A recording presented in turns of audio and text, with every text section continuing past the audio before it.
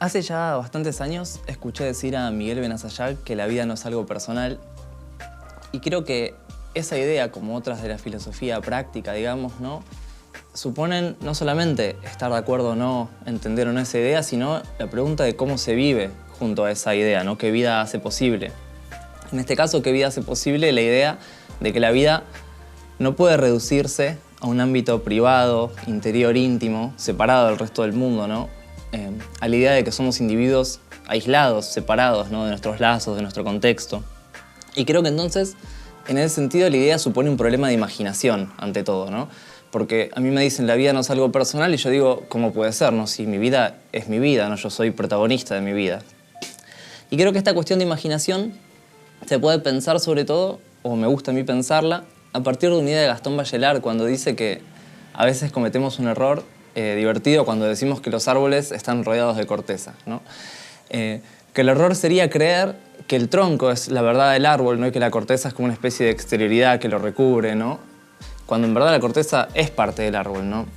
Como si hubiera una suerte de problema o de inercia de imaginación, ¿no? Occidental al menos, quizás, en la cual creemos que lo que es interior e interno es más verdadero que eso que nos rodea, que nos orbita, ¿no? Que la verdad de mi vida está en mí y no en la vida en común compartida, ¿no? Y bueno, sabemos que cuando queremos saber qué queremos, nos va mucho mejor si le preguntamos a una amiga que si le andamos preguntando hacia adentro pavadas sobre lo que queremos, ¿no? Y me parece que esta idea se puede ver en ejemplos muy concretos, ¿no? Yo voy caminando por la calle y alguien se cae al lado mío, se desmaya, y es bastante difícil que alguien diga, bueno, ¿cómo esta vida se entrelaza con la mía, ¿no? ¿Cómo esta nueva situación ahora es una nueva potencia en mi vida? Más bien decimos, ¿no? Bueno, qué cagada, me interrumpió mi día, ya no puedo hacer lo que quería, ¿no?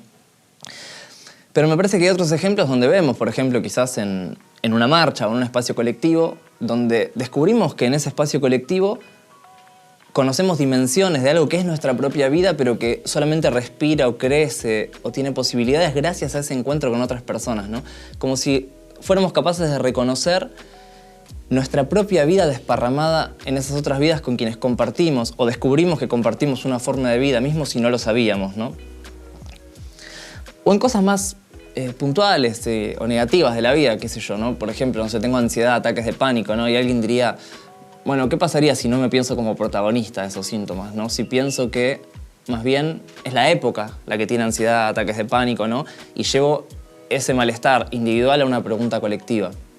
Y me parece que ahí, al pensar estas cuestiones, ¿no? Se presenta un problema, ¿no? ¿La vida es individual o la vida no es algo personal, ¿no? Y es como si tuviéramos que tomar una decisión. Y me parece que en ese sentido hay dos vías para mí, creo, ¿no? En mi opinión, para salir de eso. Una es decir, la vida no es algo individual, eso es una representación falsa del mundo, ¿no? ¿Por qué? Porque la vida está en juego siempre colectivamente, en relaciones sociales, y creer eso es una cosa errónea, ¿no? Entonces nos dirigimos a intentar criticar esa idea, ¿no? Date cuenta que no sos un individuo. Por otro lado, quizás, otra idea que a mí me parecería más interesante para abordar la discusión, ¿no? Sería decir que no es falso, sino que es cierto que a veces la vida se compone de esa dimensión individual. Pero ¿qué es eso, no? Que es una dimensión de la vida, una parte de la vida, y que la vida puede mucho más que eso, ¿no? Y está compuesta de muchas más cosas. Quizás para mí es más interesante no preguntar si eso es verdad o es falso, sino decir por qué el deseo hoy no deja de desear eso, ¿no? ¿Por qué la vida desea explorar permanentemente esa dimensión individual de la vida, privada, íntima, ¿no? En vez de otras dimensiones más colectivas, ¿no? Y me parece que eso es, por ejemplo, un problema que se ve en una discusión muy actual, ¿no? En la relación entre algoritmos y deseos, ¿no? Cuando Netflix me muestra una serie nueva, ¿no? Y me dice, esto te va a gustar. Y tiene razón, me encanta esa serie, ¿no? ¿Qué pasa? ¿Es el algoritmo que logra comprender la profundidad y la complejidad de un deseo que 15 años de terapia no pudieron? ¿O es más bien que quizás mi deseo individualizado, ¿no? Está como tomado por una especie de simplificación que me hace desear todo el tiempo productos, servicios, ¿no? Y entonces, claro, ese deseo se encuentra satisfecho, ¿no? Con el algoritmo de Netflix, le viene fantástico. Y la pregunta sería si es posible desear algo más que eso, ¿no?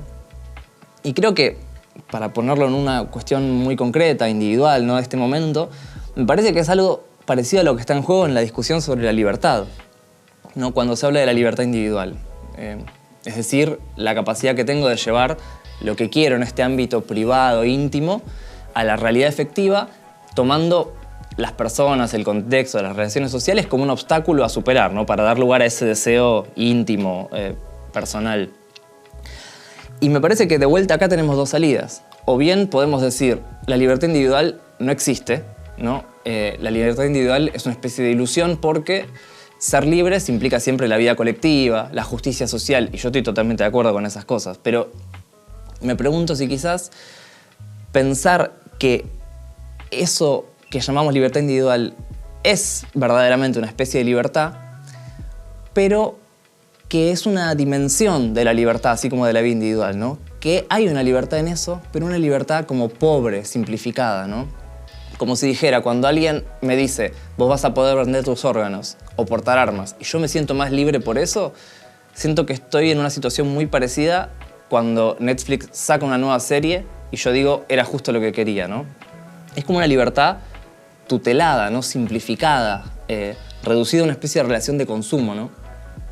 Y algo que me parece muy importante, pensando que hay todo un problema de imaginación implicado en esto, ¿no? Es no convertirlo en una crítica moral, ¿no? No andar diciendo por qué menganito o fulanito viven así, ¿no? Porque me parece que esto, como se diría Guattari, es un problema que nos atañe a todos, ¿no? Todos estamos capturados en diversos grados, más o menos por esto que estamos diciendo. Y me parece que eso se puede pensar, como para cerrar, ¿no? Con una idea, con un diagnóstico de Christian Ferrer, que a mí me interesa mucho, que es sobre cómo en los últimos 100 años ha ido decayendo cada vez más la capacidad humana para anhelar y desear libertades, ¿no? Que conocimos un siglo XIX que fue el origen de ideas como el socialismo, el marxismo, el anarquismo, el liberalismo mismo, el feminismo, ¿no? Y quizás, dice Christian, el siglo pasado ha vivido de la usura de esas libertades que supo imaginar el siglo XIX. Y yo me pregunto si no sería más interesante pensar por qué quizás no somos capaces de pensar o de imaginar libertades más potentes que las libertades individuales, ¿no? Las libertades que ofrece el mercado. E incluso yo me preguntaría, ¿no? Si quizás quienes hoy dicen que aman la libertad, ¿no? Y que se sienten conmovidos por esa idea, no amarían mucho más una libertad si esa libertad, antes que elegir, como en un supermercado, ¿no? Lo que se le ofrece, no estuviera ya siempre en juego en un espacio colectivo, ¿no? En un espacio de invención y, como dice Christian, ¿no? En el desafío de imaginar las libertades posibles.